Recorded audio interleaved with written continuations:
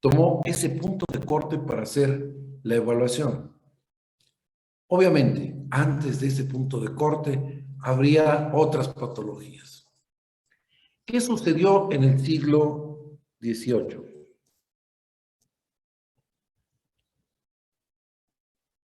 Espérenme, porque al parecer hay mucho más. Ok, ahí empezamos, transición epidemiológica. Bien, es una expresión acuñada por el doctor Abdel R. Omran. Ojalá les quede presente cómo se llamaba, ¿no? En 1971, para explicar la dinámica del cambio de las causas de defunción a través del tiempo. En ese entonces, en esta década, principios de década, Omran dijo: durante toda la historia de la humanidad han ido cambiando los motivos de defunción. Y fue cuando eligió el punto de corte de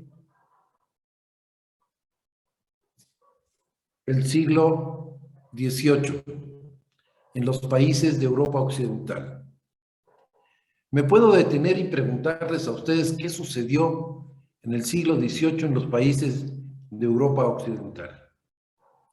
¿Alguien quiere aportar qué sucedió?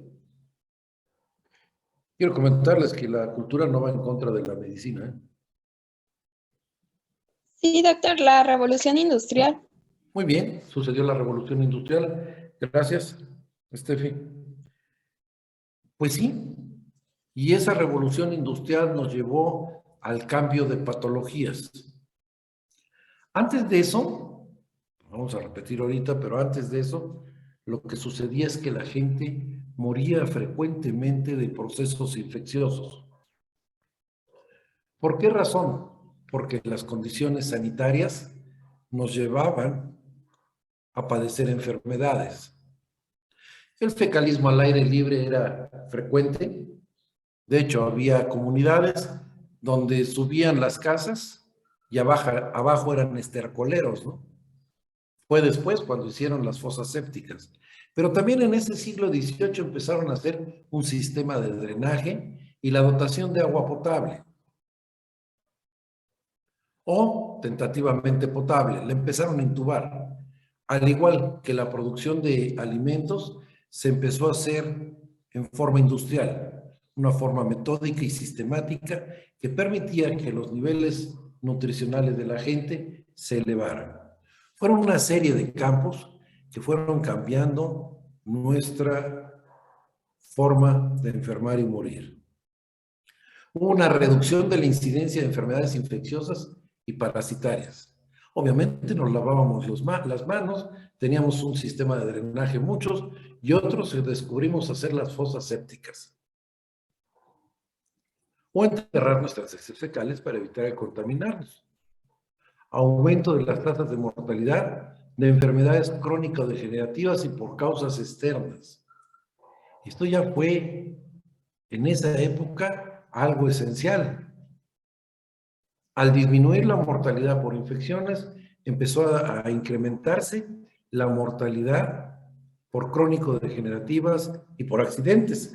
Empezó la industria a mecanizarse y por lo tanto a tener más frecuencia en esos accidentes.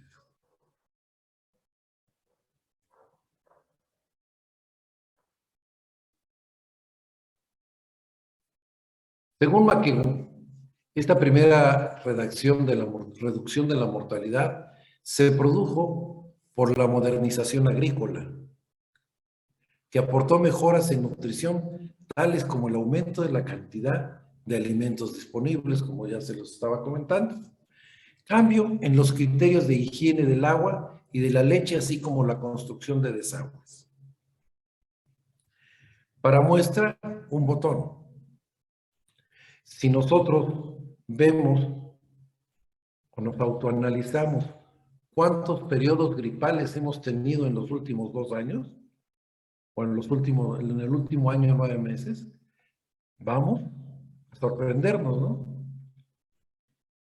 Y vamos a ver que pocas veces o ninguna nos hemos enfermado de gripe o de resfriado común, porque la gripe es influenza. No, de resfriado común, mucho menos de influenza. Pero también el número de faringoamigdalitis disminuyó. Y también el número de diarreas disminuyó. Durante esta época hemos sido más conscientes de nuestra higiene personal. Ahora nos lavamos las manos periódicamente o por lo menos nos las higienizamos. Utilizamos un cubrebocas. El secreto a lo mejor, el secreto en este caso sí es el cubrebocas. Pero a lo mejor el secreto es que la gente no acuda a sitios de reunión enfermos. Como aquel inconsciente o aquella inconsciente que va al cine con un sendo gripón hijo de la fregada a toserles y estornudarles todos en un área cerrada. Hoy en día aprendimos muchos que eso no se debe de hacer. Hay muchos tontos todavía que ya no usan el cubrebocas. Y son un riesgo para ellos y lo peor, son mayor riesgo para los otros. Ustedes saben, el cubrebocas nos protege entre comilladas, pero protege al de enfrente muy bien. El cubrebocas es para que yo no infecte al otro. Pero yo no estoy enfermo, ¿por qué voy a usar cubrebocas? Porque no sabemos quiénes son los enfermos y los enfermos se ocultan atrás de que nadie use el cubrebocas. Por eso debemos usar el cubrebocas. Pero en este caso, las normas de higiene que hemos establecido ha disminuido nuestra morbilidad por esas causas. Obviamente, más adelantito cuando terminemos, y si alguien consiguió la mortalidad del año pasado, vamos a hablar de qué ha sucedido con nuestra mortalidad y los riesgos que hemos afrontado. Si no lo encuentran, haremos un comentario pequeño. A finales del siglo XIX y la primera mitad del siglo XX, del siglo pasado, cuando yo nací, los avances de la medicina, en especial el desarrollo de la inmunología y la quimioterapia, disminuyeron la mortalidad. Oh cielos. Y hágase el conocimiento y investiguen, por favor, qué es el Salvarsan. Y hágase el conocimiento y en el principio del siglo pasado, en 1900, empezaron a descubrir los antibióticos. Y apareció la sulfadiazina. Hoy en día no sé ni siquiera si la ven en farmacología. Y además aparecieron las vacunas. Y empezamos a vacunar y empezamos a tratar infecciones.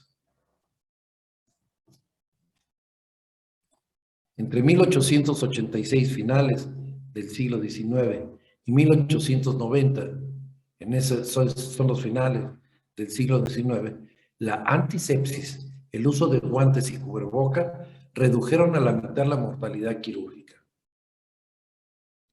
Deberían de leer la historia de Weiss, que fue el que implantó el lavado de manos en el manejo de pacientes obstétricas. Ese estudio fue simpático, se los cuento así rapidísimamente.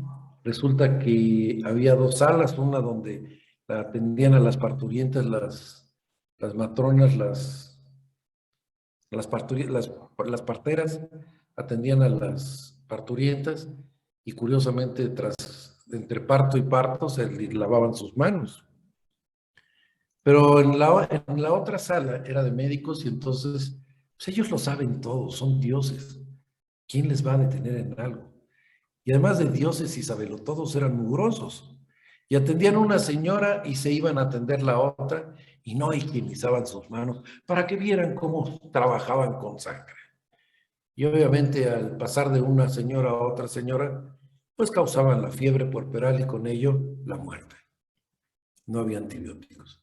Entonces este señor Weiss hizo notar eso y lo castigaron, dijeron, eres un traicionero a los médicos. Y lo mandaron para su casa, ¿no? Tiempo después se vio que el lavado de manos era básico para disminuir la mortalidad. Otra vez la higiene intervino. En 1890, o más o 92, la inmunología desarrolló las primeras vacunas. Fue en el siglo XIX a finales. La BCG, el bacilo de Calmette-Guerin, en 1908. La difteria en 1920. La fiebre amarilla y el tétanos en los 30.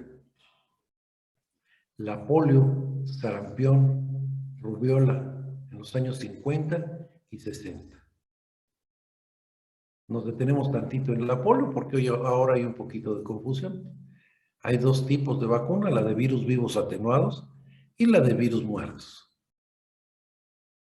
El doctor Salk en 1955 utilizó la de los virus muertos.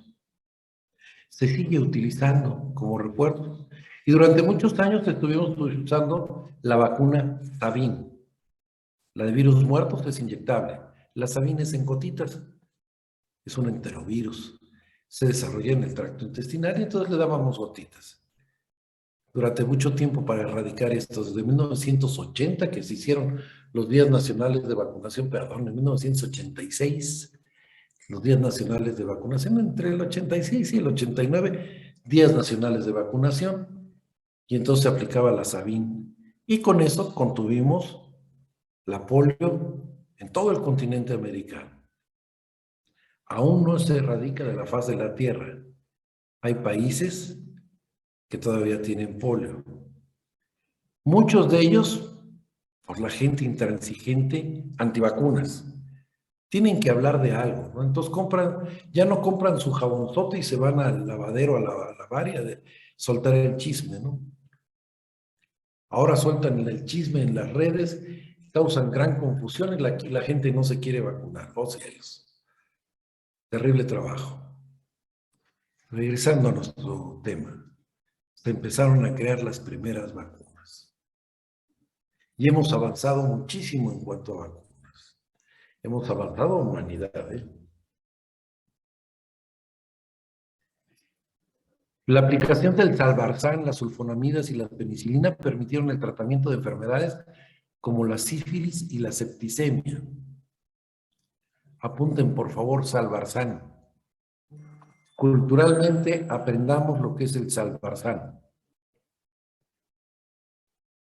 Las sulfonamidas que vinieron después, desde la Primera Guerra hasta la Segunda, y era clásico, ¿no? En las películas de la Segunda Guerra, cómo usaban el polvo de sulfa, ¿no? Herían al soldado, caía el soldado al piso, llegaba el médico con su casquito de sanidad o de médico y con sus dientes abrían un polvo de un sobrecito de polvos de sulfa y púmbatela, se los echaba a la herida para evitar la infección. Eso, véanlo en las películas y cuando lo hagan, díganle, pues le aplicaban sulfa, polvos de sulfa. Después alguien tontamente usó los polvos de penicilina, que son un riesgo, ¿no? Pero pues cada quien inventa. Realmente el chiste no es inventar, el chiste es adquirir el conocimiento a través de un proceso. Pero hay gente que oye en la calle, la penicilina, dales polvos de penicilina, ¿no? Compra una ampolleta, rómpela y pónsela en la herida, con eso tiene. Obviamente los errores cometidos hasta hace 10 años que prohibieron la venta de medicamentos, de antibióticos, era que cada vez teníamos menos arsenal. Seguimos teniendo poco arsenal, porque aún así escuchan en los hospitales, el personal paramédico escucha este antibiótico es bueno. Tómatelo y se lo surten a medio mundo los paramédicos, ¿no? Intendencia, enfermería no, porque ahora que ya son gente que ya tiene licenciatura, cursaron una carrera, cursaron farmacología y saben cuáles son los riesgos. Pero hay gente que es ignorante, que piensa que por estar ahí ya lo aprende todo. Yo ya sé tratar pie diabético. Ponle 8 de cefalosporina, de tercera generación. Mira, este es el nombre, ¿no? Que realmente cometen un grave error y hacen bacterias que son drogoresistentes. Pero fuimos avanzando en aquel entonces, ¿no? Como la sífilis y la septicemia. Hay un refrán que dice que con el advenimiento de la penicilina el hombre le perdió el miedo al coco y al estreptococo. ¿Verdad o mentira? Solamente Dios lo sabrá. Ok, pues llegamos entonces con ONRAM en 1971, que se sentó a pensar qué sucedió. Y expuso 3 modelos: el modelo clásico, el modelo acelerado y el modelo demorado de la transición epidemiológica. Todos ellos. El modelo clásico, también denominado de los países occidentales, ocurrió a lo largo de 200 años en 4 fases. Cierren sus ojitos y váyanse hacia atrás y veamos cuáles son las fases.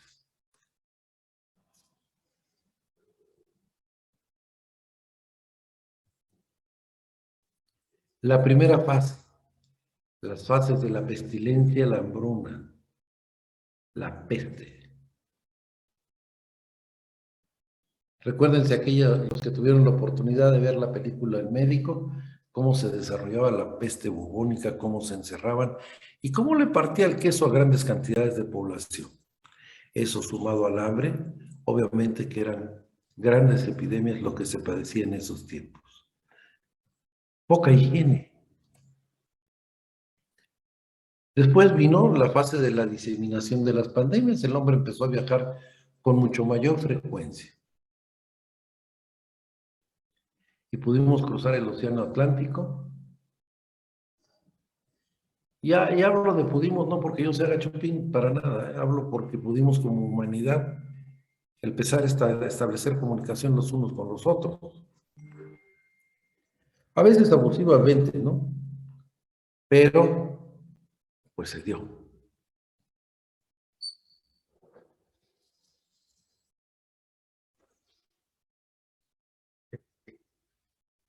Parece que estoy loco, me estoy riendo solo.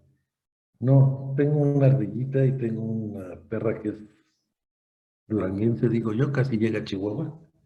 Y sale la ardillita a la barda y la perra salió, pero hecha disparada a agarrar a la pobre ardillita.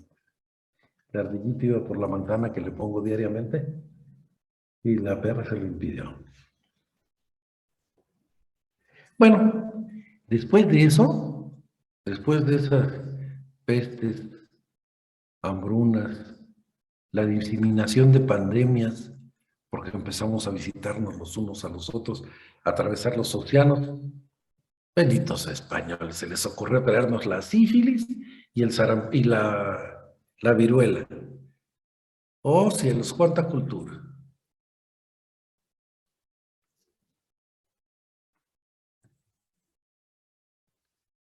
La fase de diseminación de las patologías crónico-degenerativas, eso empezó en los años 70, ¿no? El aumento de las crónico-degenerativas, infartos de miocardio, diabetes, accidentes vasculares cerebrales, nefropatías. El aumento de las patologías sociales, asesinatos, accidentes.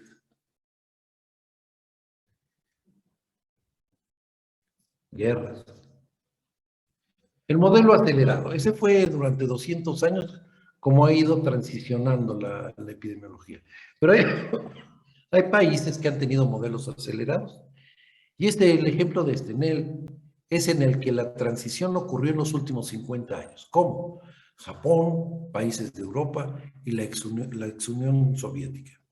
Y fue determinada por la introducción de los adelantos de la medicina occidental. Mucho tiempo los soviéticos, a quienes quiero y estimo mucho, trabajaban con bulbos, mientras que acá ya teníamos transistores. Y después evolucionaron mucho tiempo después y empezaron a trabajar con transistores.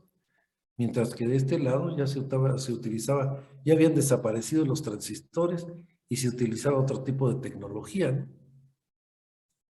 Por fin se dieron y se sumaron al desarrollo, ¿no?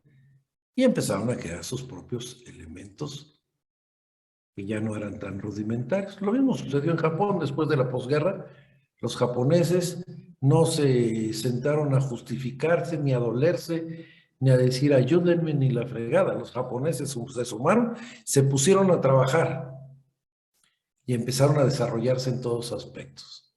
Y resulta ser que la tecnología que se hacía en el occidente, ahora se produce en grandes cantidades en el oriente. Fuimos avanzando. Y la tercera.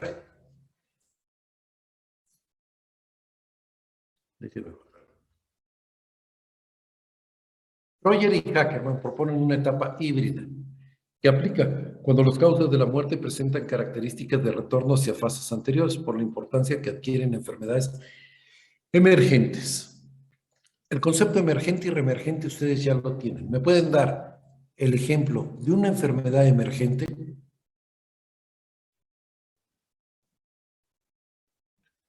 ¿Estoy solito o alguien está conmigo? Una enfermedad emergente. No se amontonen. Una enfermedad emergente. ¿Julieta tiene novio? ¿Bien? ¿Cuál? Infección por VIH. Esa ya no es emergente. Fue emergente en 1980, ¿sí? Cuando no existía y empezó a existir. ¿El coronavirus sería la emergente? El coronavirus es ahorita un ejemplo perfecto de una enfermedad emergente.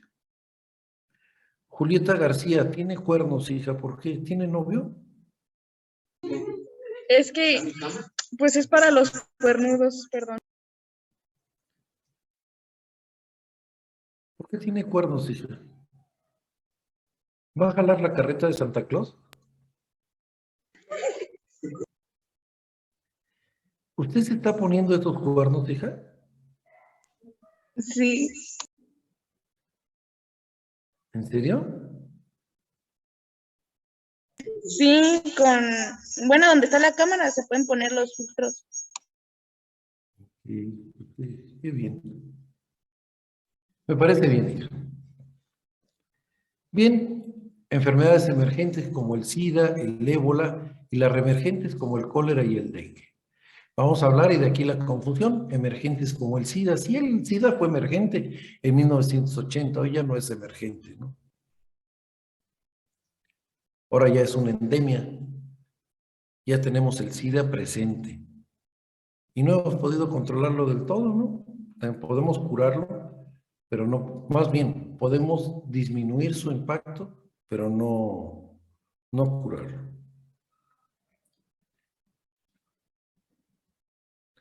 Hijos, ¿quieren jugar? Dejamos la plática para después y nos ponemos a ponernos cuernos. O areola, ¿cómo se llama? Aureolas.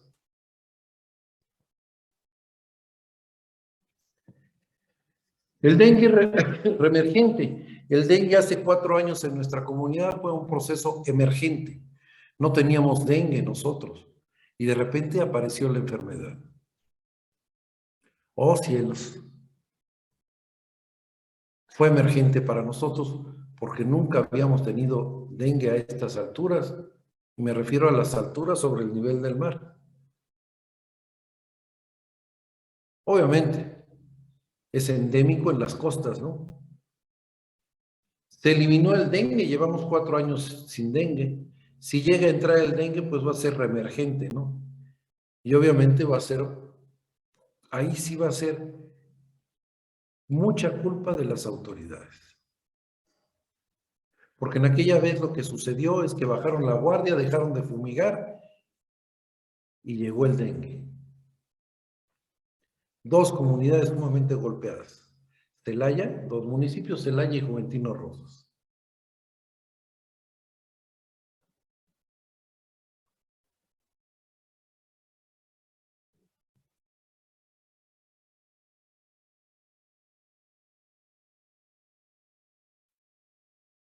Existe otro modelo denominado por Julio Frenk.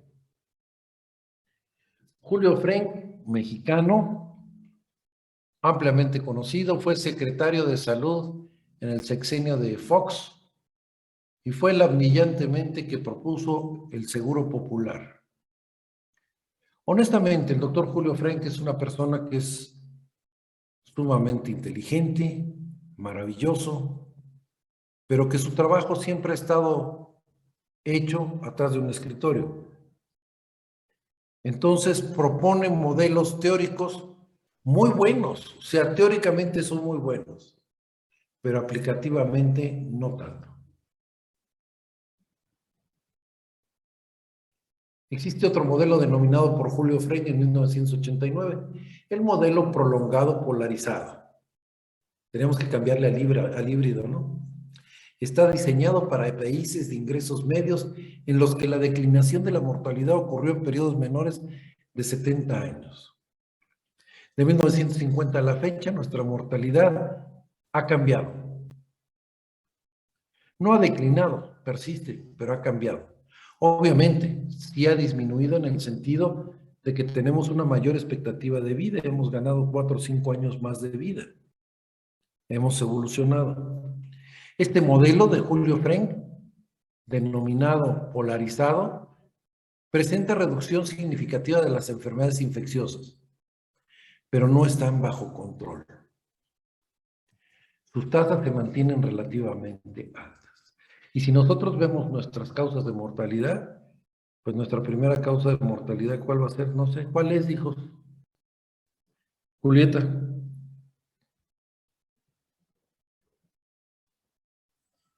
Las enfermedades como la diabetes.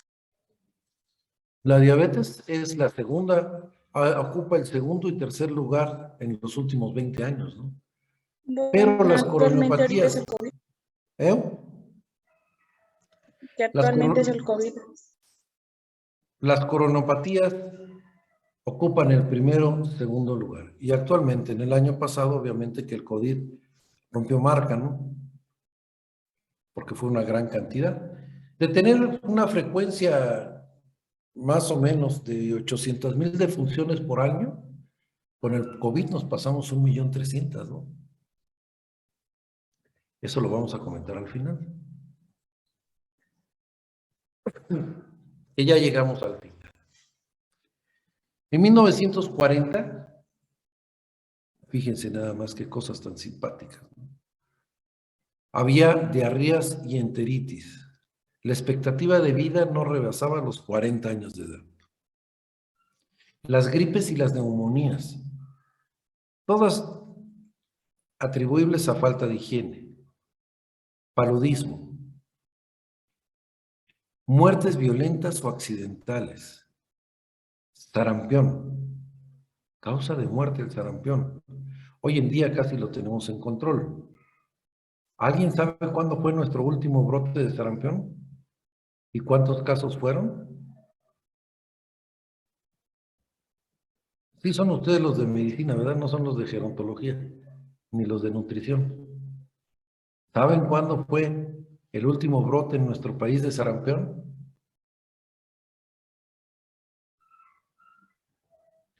Y van a decir, ay, usted lo sabe. 95. No. ¿Usted lo sabe porque es su área? No. En el 95 el brote fue de cólera. En el 89 hubo un gran brote de sarampión. Pero el año pasado, ¿qué creen? Tuvimos un brote de sarampión en nuestro país. ¿Por qué fue brote? Porque ya no teníamos casos. ¿Cuántos casos fueron? 230 casos en 2 comunidades, Distrito Federal y creo Tabasco o Quintana Roo. Hijos, tienen que estar vivos, tienen que estar a las vivas, ¿qué es lo que sucede en su medio, sí? Obviamente ese brote de sarampión, pues muchos se lo achacamos a aquellos que no se vacunaron y a la falta de vacuna. Muy pocos aquellos que se vacunaron y no se lo convirtieron. La mayor parte fue los que no tenían vacuna. Pero imagínense qué niveles de vacunación tiene el país, que solamente tuvimos 230 casos. A quien le interese puede buscar brote de sarampión 2020, México. Debilidad y vicios de conformación congénita. 9º lugar, tuberculosis del aparato respiratorio. Hay un autor que nos dice que la tuberculosis pulmonar es la enfermedad de la pobreza, del hacinamiento y de la falta de higiene. La disentería, diarrea con moco y sangre. Tosferina, hoy en día casi abatida. Tofoidea, ¿es el tofu? Tifoidea y paratifoidea. Embarazo, parto y puerperio. En el lugar 13, embarazo, parto y puerperio. Cáncer. Cáncer en el nivel 14, viruela. Imagínense ustedes que viene una política internacional que habla de la mortalidad materna. Recuérdense que esa es una tasa que se maneja con diferentes indicadores. Es el número de muertes de madre sobre el total de nacidos vivos registrados. Recuérdenlo porque va a ser pregunta de examen, segurito. No su examen para su residencia. Pues resulta ser que el embarazo, parto y puerperio eran un problema serio de salud, la 13ª causa de muerte en nuestro país en los 40. Obviamente para los años 60, para los años 70, 74, México firma un convenio de Alma Ata, 76, Alma Ata, que dice salud para todos en el año 2000. Y nos hemos dedicado a disminuir la mortalidad materna, pero mucho cuidado. Confundimos a veces el disminuirla contra ocultarla. Y quien oculta no progresa. Realmente no hay peor idiotez en este mundo que ocultar las situaciones. Hay que afrontar, aprender y corregir. Para 1970, en lugar de diarreas, teníamos influenza, enteritis, diantres. Fíjense nada más. Aparecen en tercer lugar las enfermedades del corazón. En quinto lugar, los tumores malignos. En sexto, las cerebrovasculares. El sarampión bajó al séptimo, los accidentes bajaron en este tiempo al 8º. Para el 2005, la diabetes mellitus ya estaba en primer lugar. Las enfermedades isquémicas del corazón en segundo. La cirrosis, pura crónica degenerativa. Esto es a lo que se llama transición epidemiológica. Si se fijan, estas pasan hacia abajo, ¿sí? Y estas de aquí pasan en la parte de arriba. Una transición epidemiológica.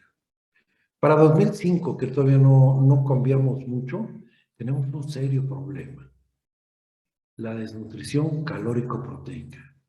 Sigue siendo motivo de defunción en nuestro país, de los principales 15 motivos de defunción, la desnutrición.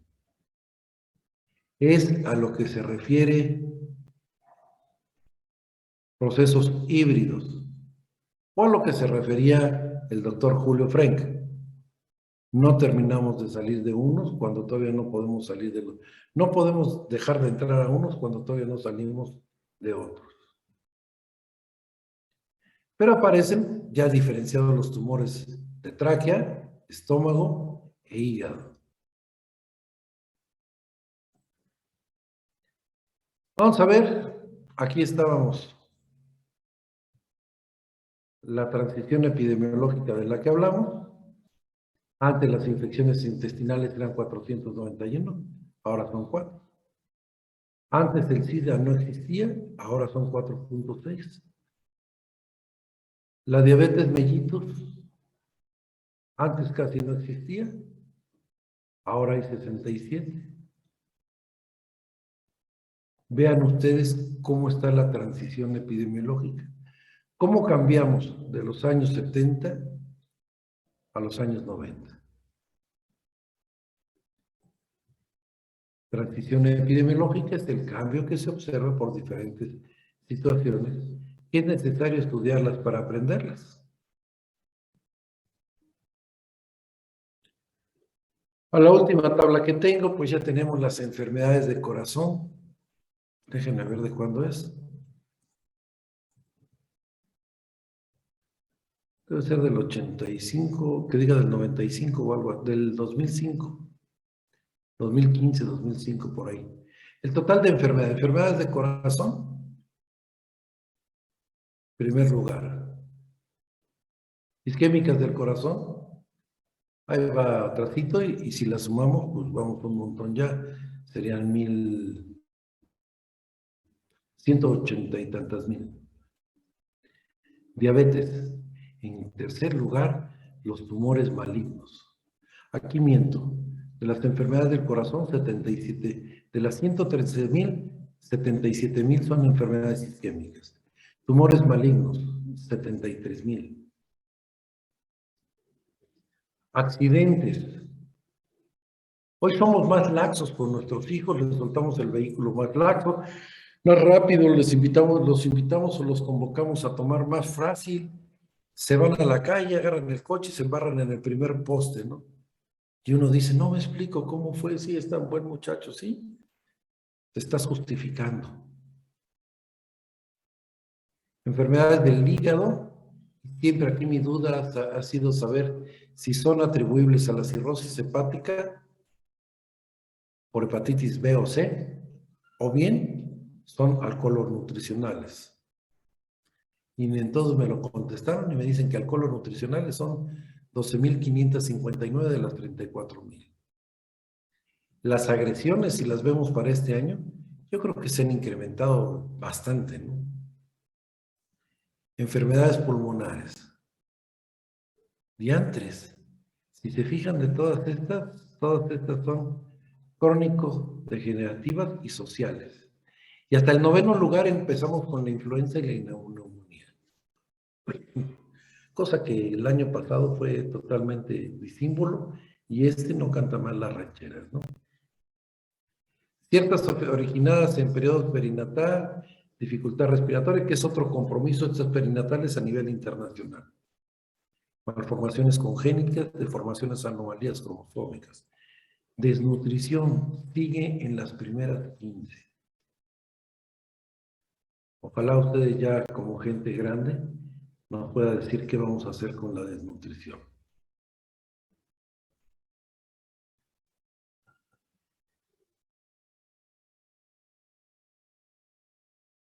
En fin, eso es como se va modificando lo que se llama la transición epidemiológica, acuñado el término por el doctor Omran.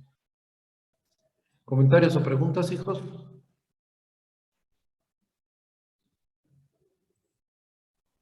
Creo que no, doctor. ¿Quién dijo creo que no? Yo, Estrella. Ah, Estrella, sí. Esta voz la conozco, ¿de dónde la oí? Bueno, hijos, nos vemos el próximo semestre.